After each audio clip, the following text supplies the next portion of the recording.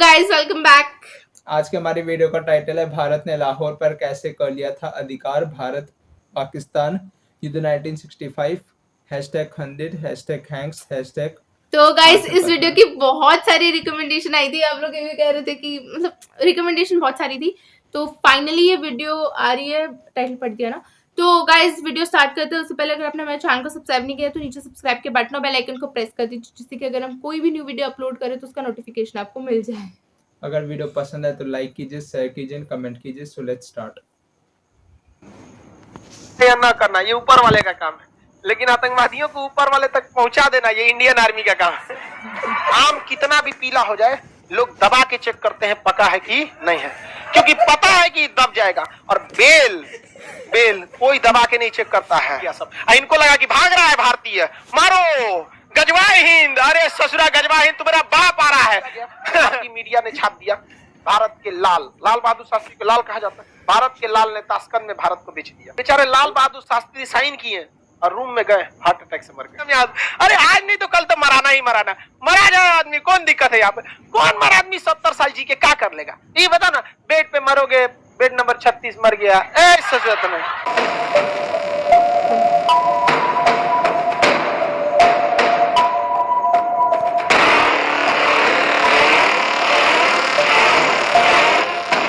1947-48 देश जैसे आजाद हुआ, ये कबायली के भेष में भारत में घुस गए। हरि सिंह की बेवकूफी, शेख अब्दुल्ला की मतलब चलाकी या धुरतई कहिए, जो भी, उसमें इन्होंने उस बहकामे में फंस गए। इनका अपना बुद्धि काम करना चाहिए था। इन्होंने स्वतंत्र रहने का प्रस्ताव रख दिया, जिस कारण वहां पर कबायलियों के भेष में, यानी वहां कबायली वहां के जनजाति होते हैं लोग, भेड़ बकरी चराते हैं, उसके भेष में पाकिस्तानी सैनिक घुस गए और भारत में जैसे है इनको यहाँ से जन्नत भेज दिया गया। यहाँ पर भारतीय सेना क्या भेज दी, जन्नत भेज दी।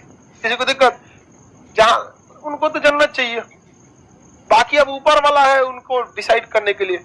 हमारे पे काहे भड़काता। तो यही नहीं, मैं वीडियो में बोल दिए थे कि आतंकवादियों को माफ करना या ना करना ये ऊपर वाले का काम है, लेकिन आतंकवादियों को ऊपर वाले तक पहुंचा देना ये इंडियन आर्मी का काम है।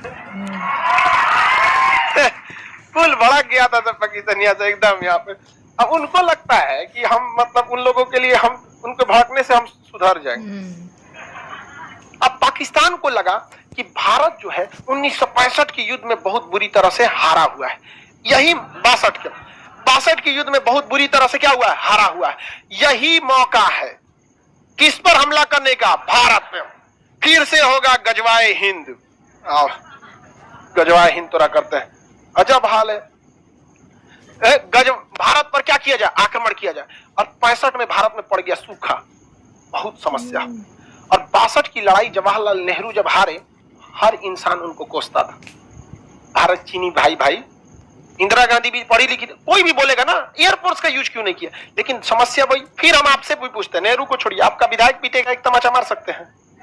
नहीं मार सकते, ये गलती है। लेकिन हमरे बैच के तो मार दीजिएगा, नहीं समझे, दे दीजिएगा यहाँ पर, कोई दिक्कत नहीं जी। अमर होके थोड़े आए हैं, अमर होके आए हैं, नहीं कोई दिक्कत नहीं है। आप देखिएगा मिर्जापुर मूवी में गोली, मुन्ना भैया, गोली उसी को मारा है जिसने दोबारा पलट के नहीं चला है। मारे गुड्डू पंडित को मारे हैं। आम कितना भी पीला हो जाए, लोग दबा के चेक करते हैं पका है कि नहीं है, क्योंकि पता है कि दब जाएगा। और बेल कोई दबा के नहीं चेक करता है, पता नहीं दबेगा यहाँ पर, समझ कि नहीं।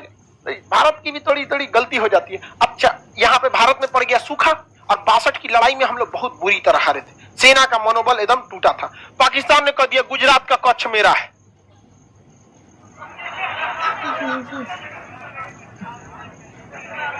यहाँ पे घुस गया सब पाकिस्तान वाला, यहाँ पर घुस गया। अरे बलवंत राय मेहता का जहाज मार के गिरा दिया सब। बलवंत राय गुजरात के मुख्यमंत्री थे, उस सब मार के गिरा दिया सब। ये बहुत बवाल हुआ यहाँ पर। लेकिन कच्छ का रण खाली एरिया है, इसमें वो घुसे सब, भारतीय सेना बिछा दिया उन लोग को, मर गए पूरा साफ, दूर तक दिखाई दे रहा था। धर मार के भारतीय सेना बिछा दिया सब यहाँ कच्छ के रण में 1965 की लड़ाई में। अब पाकिस्तानी जो होते हैं सब, याद रखिए बाबू, पाकिस्तानी किसी भी लड़ाई में मजहब को जरूर घुसाएगा। उसने कश्मीर में घुस गए सब पाकिस्तानी, और कश्मीर में घुसकर भारतीय सेना को मारते थे। आगजनी करते थे, बवाल मचाते थे। ये दिखाना चाहते थे कि कश्मीर की जनता भारत में नहीं रहना चाहती है और इस वजह से पाकिस्तान भारत पर क्या करना चाह रहा है, युद्ध करना चाह रहा है। उसने ऑपरेशन जिब्राल्टर चालू किया। क्या चालू किया? Operation Gibraltar. ऑपरेशन जिब्राल्टर के तहत उसने क्या किया कि कश्मीर को सोचा कि काट दे बाकी के हिस्से में, और बहुत ही बड़ी संख्या में सैनिक भारत में घुस गए। और हमारे सामने समस्या ये थी कि अभी 62 का युद्ध खत्म भी नहीं, मतलब अच्छे से खत्म नहीं हुआ। जवाहरलाल नेहरू का टेंशन से मौत हो गई थी। जवाहरलाल नेहरू के मृत्यु का कारण भारत पाक युद्ध था, भारत चीन युद्ध। सब जिम्मेदार यही थे, तो दूसरे कौन बोली सुनेगा? ढेर होशियार बनेंगे, गुट निरपेक्ष रहेंगे, एयरफोर्स का यूज ना करेंगे, 20 साल जरूरत है तो 20 साल बोलेंगे। समझ में आया कि नहीं आ गया भाई? जब उसने कश्मीर पर आपके रेडी नहीं हुआ, कश्मीर पर जब रेडी नहीं हुआ तो तिब्बत में क्या रेडी हो गए? नहीं समझे? आपको भी कहना चाहिए कि हम उसमें अध्ययन करने के बाद हम देखेंगे। यहाँ पर तो पाक यहाँ पर कश्मीर, लाल बहादुर शास्त्री उस समय भारत के क्या थे? प्रधानमंत्री। उन्होंने देखा कि तो बहुत दिक्कत की बात है। पाकिस्तान के पास कई फायदे थे, उसके पास सेवर जेट थे, उस समय का सबसे खतरनाक विमान था, और उसमें हीट सीकिंग मिसाइल लगी थी, या विंडर मिसाइलें थी साइड में, मारता था कौन? भारत के पास कोई मिसाइल नहीं थी। भारतीय जहाज में बंदूक लगा था और उसके पास हीट सीकिंग विंडर मिसाइलें थी, मार देती थी जहाज की इंजन सूंघ के। अब हवा में तो कहीं गर्मी का सवाल पैदा नहीं होता है, अगर गर्मी है मतलब जहाज का इंजन है, और उसी को हीट सीकिंग मिसाइल थी, विंडर मिसाइलें मार देती थी। पाकिस्तान भारतीय जहाजों को मार के गिराने में सक्षम था। पाकिस्तान को अमेरिका ने पैटर्न टैंक दिया था, उस समय का सबसे खतरनाक टैंक। पूरी एशिया में कोई ऐसा हथियार ही नहीं था जो पैटर्न टैंक को मार के गिरा सकता था। पाकिस्तान का मनोबल 7वें आसमान पर, और भारत के सामने सब समस्या। 62 में बहुत बुरी तरह हारे थे। भारत में नेतृत्व की कमी थी, लाल बहादुर शास्त्री आए थे चुनाव से, तो अचानक है ना, मृत्यु हो गई जवाहरलाल नेहरू की, ये आए, एक सूखा पड़ा हुआ था। पाकिस्तान में ऐसी कोई समस्या नहीं थी। पाकिस्तान ने देखा यही मौका है, पाकिस्तान ने यहाँ गुजरात पर हमला किया, कोई फायदा नहीं हुआ, कश्मीर में घुस के पूरा बवाल करा दिया कश्मीर में, और यहाँ ऑपरेशन जिब्राल्टर के तहत घुसा दिया। भारतीय सेना जब आई तो पाकिस्तान को वहां से मुंहतोड़ जवाब देना चालू किया, और यहाँ पर एक के दिन में जो ऑपरेशन जिब्राल्टर का जो हेड ऑफिस था, एक के दिन में उड़ा दिया। एक के दिन में उड़ा दिया यहाँ पे, और वहां ऑपरेशन जिब्राल्टर की इनकी हवा निकल गई। पाकिस्तानी सैनिक भागने लगे थे यहाँ से। तो यहाँ हमारी थल सेना ने बहुत ही बहादुरी का परिचय दिया, लेकिन यहाँ पर उसकी एयरफोर्स भारी पड़ गई। एयरफोर्स के जहाज जो थे उसके, उसमें ना मिसाइलें लगी थी, और मिसाइल खुद ढूंढ के मार देती है। अब बंदूक में क्या है? मशीन गन लगा है, जहाज को टेढ़ा करना पड़ेगा, इसे करके मारना बहुत मुश्किल हो जाता है। और उसकी दुनिया की सबसे खतरनाक जहाज एस-4 नहीं था सर उस समय, तो अभी भी नहीं आया है, रेडी नहीं हुआ, अभी आ रहा है। क्या बात करते हो? उस समय टेक्नोलॉजी भी नहीं थी, एस-4 तो दुनिया में कहीं नहीं था। तो उसके बाद वेंडर मिसाइलें थी, मार देती थी, धाए से कोई जहाजे नहीं उड़ता था उसके आगे, डर के मारे। हमारे पास सबसे घटिया जहाज उस समय का नाट विमान था, नॉट विमान था। उसके पास सेवर जेट था, स्टार फाइटर, सेवर जेट उस समय का सबसे उन्नत जहाज थे, और उसमें हीट सीकिंग मिसाइल, वेंडर मिसाइलें लगी थी। हमारी जहाज मार के गिरा दिया, उड़ने नहीं दिया। हाँ तो तब हो गया श्रीनगर एयरबेस पे आके बम मार के चल गए सर। तब क्या किया जाएगा? तो भारतीय सैनिक भी कहा जुगाड़ लगाया सब। इसने कहा एक काम करते हैं, पाकिस्तान के जो सेवर विमान है इनको हम लोग चकमा देते हैं। इन्होंने क्या किया? अपने नाट विमानों को बहुत ही हाइट पर उड़ाया, बहुत ही हाइट पर उड़ाया। किसको? नाट विमानों, ताकि ये रडार के पकड़ में आ जाए। इन घोंचुओं को समझ में नहीं आया नाट विमान किसके पकड़ में आ गया? रडार में। और इन लोगों ने उड़ा दिया किसके खिलाफ? नाट विमान के खिलाफ। अब नाट विमान कमजोर थे और ये स्टार विमान थे, इनका पीछा करने के लिए ये ऊपर गए। अब मशीन गन की लड़ाई में देखिए, हमारे पास मिसाइलें नहीं थी, हमारे पास क्या था? Machine gun. मशीन गन अगर लड़ाई में रहेगी तो उसी को फायदा होगा जो पीछे है या फिर ऊपर है, दाएं दाएं मार देगा। अब पता चला आप आगे हैं, अब पिछवा से वो है, तो घूमे के मारेंगे, ऐसे मार देगा पीछे से, और उसके पास तो मिसाइल है। तो भारत ने फंसाया, एयरफोर्स ने नाट विमानों को क्या किया? ऊपर भेजा। और इनको था कि तुम भागा ना, रडार में ये पकड़ा गए, चल गए। और नीचे से भारत ने बाकी के 10 नाट विमान को नीचे से उड़ा दिया। इससे ये रडार में आईबे नहीं किया, इन घोंचुओं को पता नहीं है। ये मारने गया सब उसको, ये मारने गया इसको, चल गया सब हाइट से इधर से, ले आइए इधर से क्या हो गया? सब भाग गया सब। इनको लगा कि भाग रहा है भारतीय, मारो गजवाए हिंद। अरे ससुरा गजवा हिंद, तुम्हारा बाप आ रहा है। भारतीय सेना, वायु सेना के नाट विमानों ने उस समय के सेवर जेट विमानों को इस तरह से मारा कि पाकिस्तानी एयरफोर्स ने कहा कि सेवर जेट विमान अब उड़ान नहीं भरेंगे। तो नहीं, इसे कहते हैं खौफ। क्या होता है यहाँ पर, और ये हमेशा से होता रहा है। अमेरिका में कमेटी बैठाई गई कि नाट विमान कैसे मार दिया रे उसको, स्टार विमान, नाट विमान विमान, यही होते रहेगा। अब समस्या समझिए, उस चोट्टों के पास बहुत दुविधा थी, अगर वो इसके खिलाफ उड़ान नहीं भरेगा तो ऑलरेडी ये हाइट पे है, मार देगा, और उड़ान भर रहा है तो ये घेर के मारेगा। जाओगे कहां से इतना ही, दोनों हाथ में, आगे खाई पीछे कुआं, मरोगे यहाँ पे। एयरफोर्स उसकी चौपट हो गई, और इतना बेहतर शुरुआत में हमारी एयरफोर्स चौपट हुई थी। इसलिए हमेशा याद रखिएगा, हथियार मायने नहीं रखता है, चला कौन रहा है ये मायने रखता है। आज भी दुनिया, आज भी सबसे विश्वसनीय जहाज दुनिया में सबसे ज्यादा लड़ाई लड़ा है F-16 जहाज। ये अब बहुत मॉडर्न जहाज है, अमेरिका का ही दिया है। और सेवर जेट भी किसका दिया था? अमेरिका का ही। और स्टार विमान भी किसने दिया था? अमेरिका ने। Heat seeking missile America, vendor missile America, दो दिया यहाँ पे। F-16 अभिनंदन लेके गए थे MiG-21, इसे उड़ता हुआ ताबूत कहते हैं, दुनिया का सबसे पुराना जहाज है, झड़ गया इसका पेंट ओंट भी, लेकिन इससे मार दिए किसको? F-16। अरे इसमें एक को इंजन है ना, इंजन में फेल हो गया था इनका। स्टाल पोजीशन कहते हैं, बहुत ज्यादा हाइट कर देते जहाज, स्टाल कंडीशन में चला जाए, इंजन फेल हो जाता है, इसलिए इनके ऊपर मिसाइल हिट कर गई। अदरवाइज मिसाइल हिट नहीं करती, डबल इंजन रहता तब। और दूसरा विमान भी है 1980 का। आपके पास 1980 का मोटरसाइकिल है, क्या हाल होगा? लेकिन हिम्मत देखिए उस आदमी का कि लेके उड़ गया, और किसको मारने के लिए? अब मारियो दिया उसको, वो तो दूसरा का के ना मार दिया यहाँ पर। और दूसरी बात, वो पाकिस्तान की टेरिटरी में थे। हिम्मत देखिए, उन सब के पास इतना उन्नत जहाज होने के बावजूद यहाँ नहीं आए, दौड़ा दिए वहां पर। अरे वो तो गलती हो गया ना, सुखोइया पीछे था, सुखोई 30 MKI थोड़ा सा पीछे था, नहीं तो उनका सोचा लाहौर में घुस के उनको तबाही मचा के आता। तो 65 के युद्ध में एयरफोर्स ने क्या कर दिया? धावा बोल दिया। और भारतीय सैनिक तो मनोबल आगे था ही। अरे भाई, एयरफोर्स के चक्कर में ना भारतीय सैनिक आगे नहीं बढ़ रहे थे। जब एयरफोर्स ने भारतीय सेना को कहा कि आप टेंशन मत लो, उनकी एक जहाज नहीं उड़ेगी, तो भारतीय सेना अगले दिन लाहौर पहुंच गई। लाहौर पहुंच गई थी, और लाहौर के स्कूल पर पाकिस्तान का झंडा हटा के और वहां तिरंगा झंडा लहरा दिया गया था वहां। ये हकीकत है।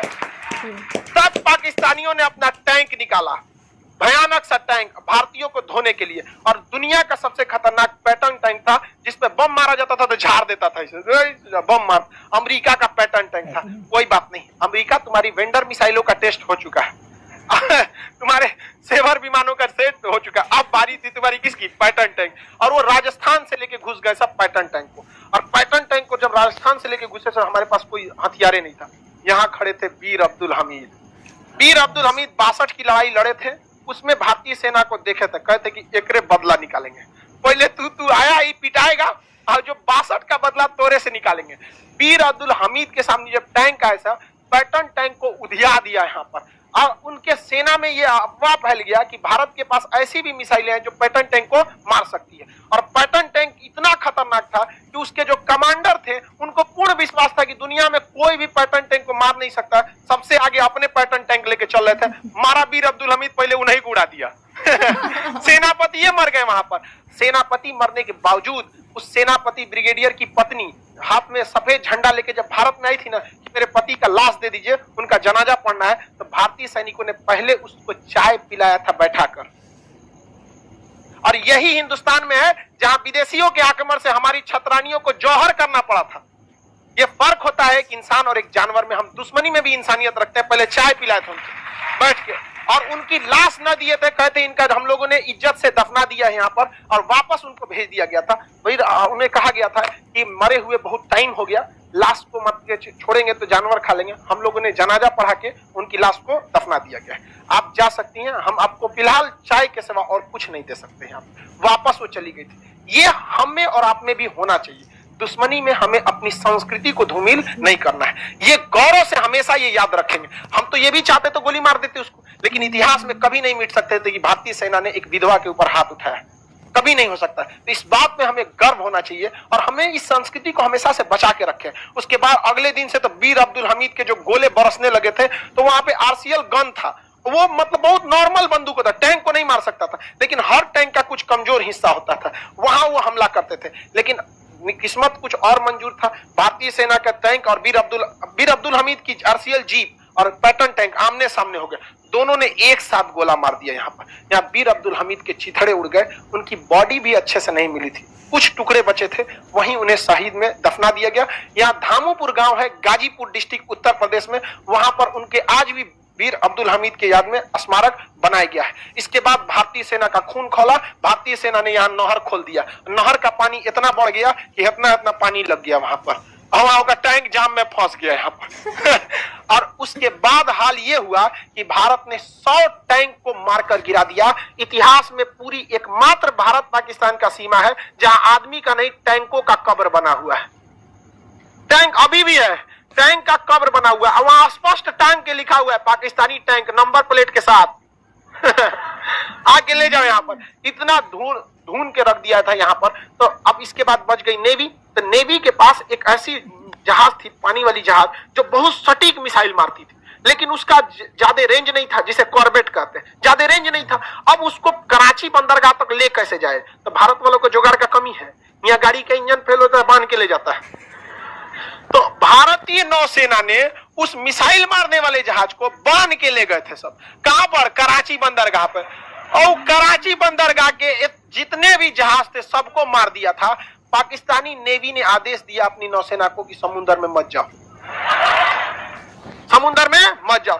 रूस के थल नौसेना प्रमुख माथा पीट रहे थे कि यार मारा कैसे उसको, क्योंकि ये मिसाइल रक्षा करने के लिए। अब S-400 किस लिए है? रक्षा करने। अब ओकरा कोई ले जाके दूसरे पे हमला कर दे तो रूस नहीं करे, ये क्या किया रे तुम यहाँ?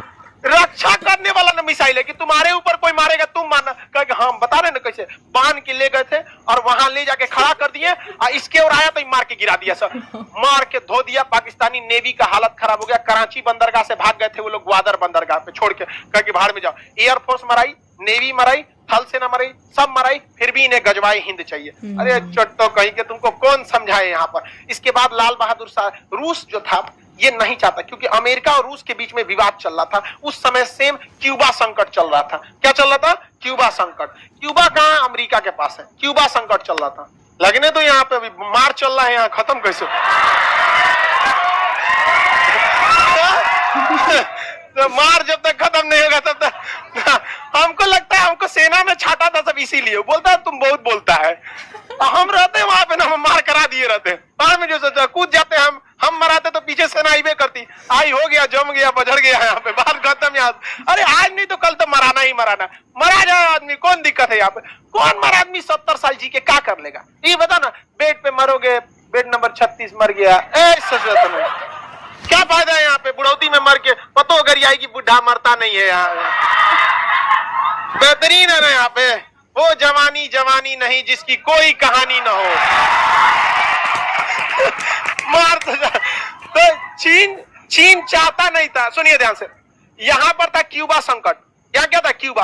रूस ससुरा यहाँ आके परमाणु बम लगा दिया था। किसको मारने के लिए? अमेरिका को। और अमेरिका तुर्की में आके परमाणु बम लगा दिया। किसको मारने के लिए? रूस। अल्लाह, तृतीय विश्व युद्ध की तैयारी चल रही थी। अब रूस चाहता था कि दूसरे जगह पे युद्ध ना हो। पाकिस्तान किसका साथ दे रहा था? अमेरिका किसका साथ? पाकिस्तान। रूस किसका साथ दे रहा? भारत। तो इन दोनों के बीच में ताशकंद में समझौता बुलाया गया। भारत लाहौर तक कब्जा कर लिया था। ताशकंद समझौता में रूस ने भारत का साथ नहीं दिया। वो केवल कॉम्प्रोमाइज कराना चाहता था और लाल बहादुर शास्त्री पर सारे लोगों पर दबाव बनाया गया। इतना दबाव बनाया गया, कई बार ऐसे भी हो गया आपको बैठा के बीच पूरा गांव दबाव बनाएगा, मजबूरी में साइन करना पड़ेगा। ताशकंद समझौता साइन किया गया और कहा गया कि जो जहां पे कब्जा किया है वापस लौटे। तो पाकिस्तान से कब्जा कौन सी हुआ था? और हम लोग से लाहौर। और हमारे सैनिक भी ज्यादा शहीद हुए थे। भाई हर युद्ध की कीमत चुकानी पड़ती है यहाँ पे। तो हमारे शहीद, जो हमारे सैनिक शहीद हुए, उनके लिए एक संवेदना होती है। लेकिन हाँ, मरेंगे तो आपकी मृत्यु हो जाएगी, शहीद होंगे, अजर अमर रहेंगे। हमारे सैनिक कभी नहीं मरे, वो शहीद हुए, अजर अमर रहे यहाँ पे। तो हमारे सैनिकों ने शहादत दी थी, हमें लॉस हुआ था। हम कराची तक, हम लोग लाहौर तक चले गए थे। युद्ध नहीं खत्म हुआ रहता ना, बीच में समझौता नहीं होता, हेल के हम लोग तो ईरान घुस गए रहते यार, पाकिस्तान को हाथ छोड़ो ना यहाँ पर। तो बाद में समझौते से दोनों को अपना जगह वापस लौटाना पड़ा। जब साइन हो गया तब लाल बहादुर शास्त्री के ऊपर दबाव था, रूस का दबाव था, इनका दबाव, ये बेचारे साइन कर दिए कि अब हम लोग वापस लौटेंगे, अपनी सेना से लौटेंगे। और वहां देखिए, लाल बहादुर शास्त्री साइन करे ना करे, बीच में हस्तक्षेप होता, वापस लौटना ही पड़ता। थोड़ा समय लगता लेकिन लौटना पड़ जाता, क्योंकि यूएनओ ने कहता है कि आप दूसरे देश को कब्जा नहीं कर सकते। लेकिन लाल बहादुर शास्त्री को ये इतना जल्दबाजी में डिसीजन नहीं लेना पड़ा। लेकिन उस इंसान को समझिए जो अपने देश में नहीं है, दूसरे देश में, उज्बेकिस्तान में है, ताशकंद नामक शहर में बैठा है, पूरी दुनिया उस पर दबाव बना रही है, पागल हो जाएगा वो इंसान। और उसके ऊपर जब किया गया तो भारतीय मीडिया ने छाप दिया, भारत के लाल बहादुर शास्त्री को लाल कहा जाता है, भारत के लाल ने ताशकंद में भारत को बेच दिया।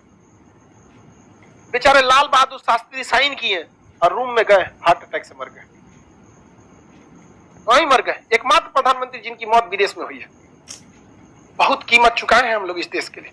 62 की युद्ध नेहरू की जान ले गया, 65 का युद्ध लाल 11 जनवरी 1966 को ताशकंद समझौता हुआ, हमारे लाल बहादुर शास्त्री की मृत्यु हो गई। वही व्यक्ति था कहने वाला जय जवान जय किसान। उनके कहने पर किसानों ने बमबारी के बीच भी हल नहीं रोका था।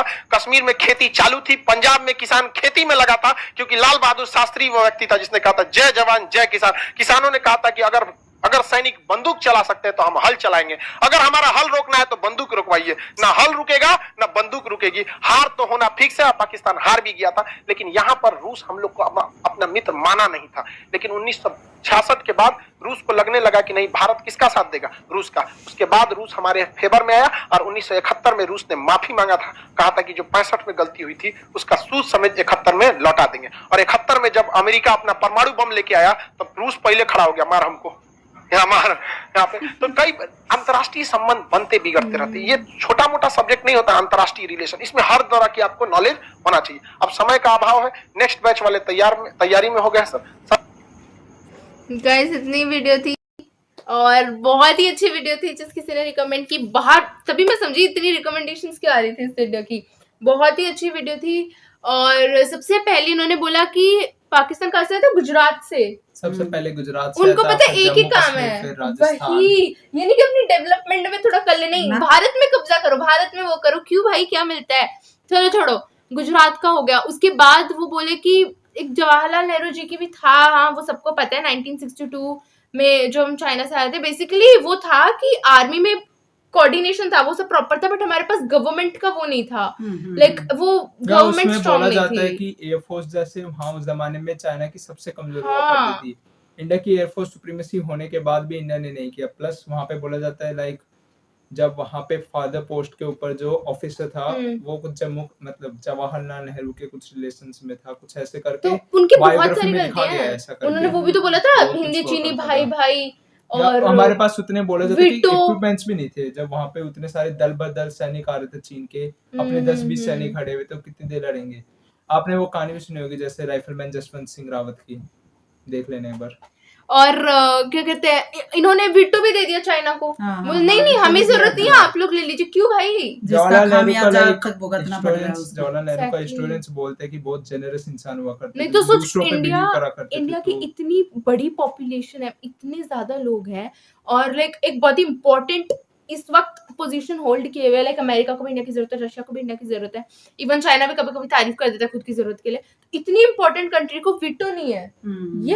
ये जवाहरलाल नेहरू जी की गलती थी। अब जो भी जवाहरलाल ऑफेंड नेहरू होना की है, लाइक एक और भी थी कि आइलैंड जो होता था वेस्ट बंगाल के पास में, उसको म्यांमार को गिफ्ट कर दिया गया था, जो लेटर ऑन म्यांमार ने, उनकी आर्मी ने सीधा चाइना को गिफ्ट कर दिया, जो आज के दिन में बे ऑफ बंगाल में चाइना का इकलौता पोस्ट है जो बिल्कुल बे ऑफ बंगाल में है। और एक इन्होंने बोला कि रशिया ने 1960 में ताशकंद हो तो पता है, पर ये है कि 1971 में फिर रशिया ने उसका पे ऑफ भी कर दिया था, बट ठीक है, पर क्लियर सिंबल था कि नो, इंटरनेशनल रिलेशंस में ना ऊपर कोई नीचे पक्का दोस्त है ना कोई पक्का दुश्मन है। पर अमेरिका तो हमेशा से एंटी रहा है, तो कुछ भी बोल। अमेरिका देखो, बोला नहीं कि F-16 अभी रिसेंट एग्जांपल अभिनंदन जी वाला, उनके पास MiG-21 था, उसको क्या कहते, फ्लाइंग कॉफिन क्या था, लाइक हमने इतने सारे देखे। अभी रिसेंटली 2 पायलट्स वो ट्रेनिंग कर रहे थे, तो MiG-21 ही था वो।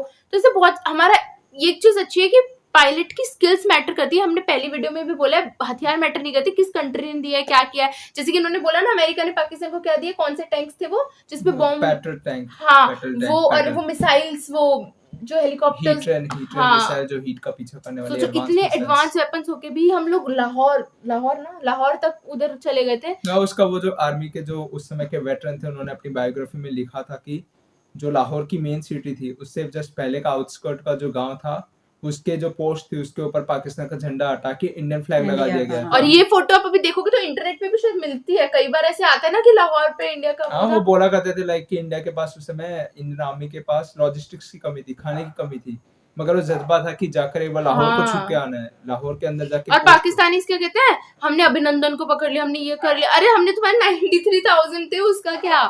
खैर छोड़ो, बहुत ही अच्छी वीडियो थी, इन्फॉर्मेटिव वीडियो थी। कैसी थी खान सर अच्छे से एक्सप्लेन करते हैं। खान सर का एक एक वर्ड समझ में आता है, अच्छे से सिंपली मतलब हाँ। समझाते हैं, तो सभी की समझ में सारी वीडियो आती है उनकी। बट कॉमेडी वे में करते हैं जिससे हाँ। बोर ना हो। और शुद्ध हिंदी भाषा में समझाते हैं अच्छे, जो सभी की समझ में आता है।